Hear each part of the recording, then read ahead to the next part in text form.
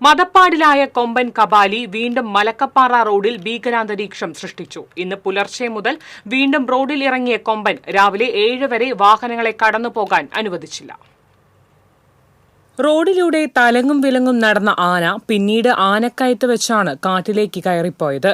വീണ്ടും ഇവൻ തിരികെ എത്തി പ്രശ്നങ്ങൾ സൃഷ്ടിക്കുമെന്ന് വനപാലകർ ഭയക്കുന്നു. ദിവസങ്ങളായി ഷോളാർ സ്റ്റേഷനിലെ ഉദ്യോഗസ്ഥർ കബാലിയെ നേരിടുന്നതിന് തലങ്ങും വിലങ്ങും പായുകയാണ്. ഞായറാഴ്ച 5 മണിക്കൂറോളം ഗതാഗത സ്തംഭനം ഉണ്ടാക്കിയ കബാലി 3 വാഹനങ്ങൾ ആക്രമിച്ചിരുന്നു. സ്ഥിതി ഗുരുതരമായതോടെ ഗതാഗത നിയന്ത്രണം അടക്കമുള്ള പ്രതിരോധ നടപടിയിലേക്ക് കടക്കുവാൻ വനം വകുപ്പ് ആലോചിക്കുന്നു. തീപ്പന്തം വലിച്ചെറിഞ്ഞും ഒച്ചവെച്ചും ആനയെ തുരത്തുന്ന പതിവ് തന്ത്രങ്ങൾ ഒന്നും ഫലിക്കുന്നില്ല. വലിച്ചെറിയുന്ന പന്തം ചവിട്ടിക്കെടുത്തി കബാലി അവിടെ തന്നെ നിൽക്കുന്നതാണ് ഇപ്പോഴത്തെ രീതി. ഷോളയാർ ആനക്കയം ഭാഗത്ത് നിൽക്കുന്ന ചൂണ്ടപ്പനകൾ റോഡിലേക്ക് മറിച്ചിട്ട് ഭക്ഷിക്കുമ്പോഴാണ് ഗതാഗത തടസ്സം ഉണ്ടാകുന്നത്. ഇത് തിന്ന് തീർക്കാൻ വേണ്ടിവരുന്ന സമയം അത്രയും വാഹനങ്ങൾ റോഡിന്റെ ഇരുവശത്തും കിടക്കുകയും ചെയ്യുന്നു. ഒരു പന തിന്നു തീർക്കാൻ മണിക്കൂറുകളോളം വേണ്ടിവരും എന്നാണ് വനപാലകർ പറയുന്നത്. ഇത്രയും നേരം വിനോദസഞ്ചാരികൾ അടക്കമുള്ളവർ ദുരിതത്തിലാകുന്നു.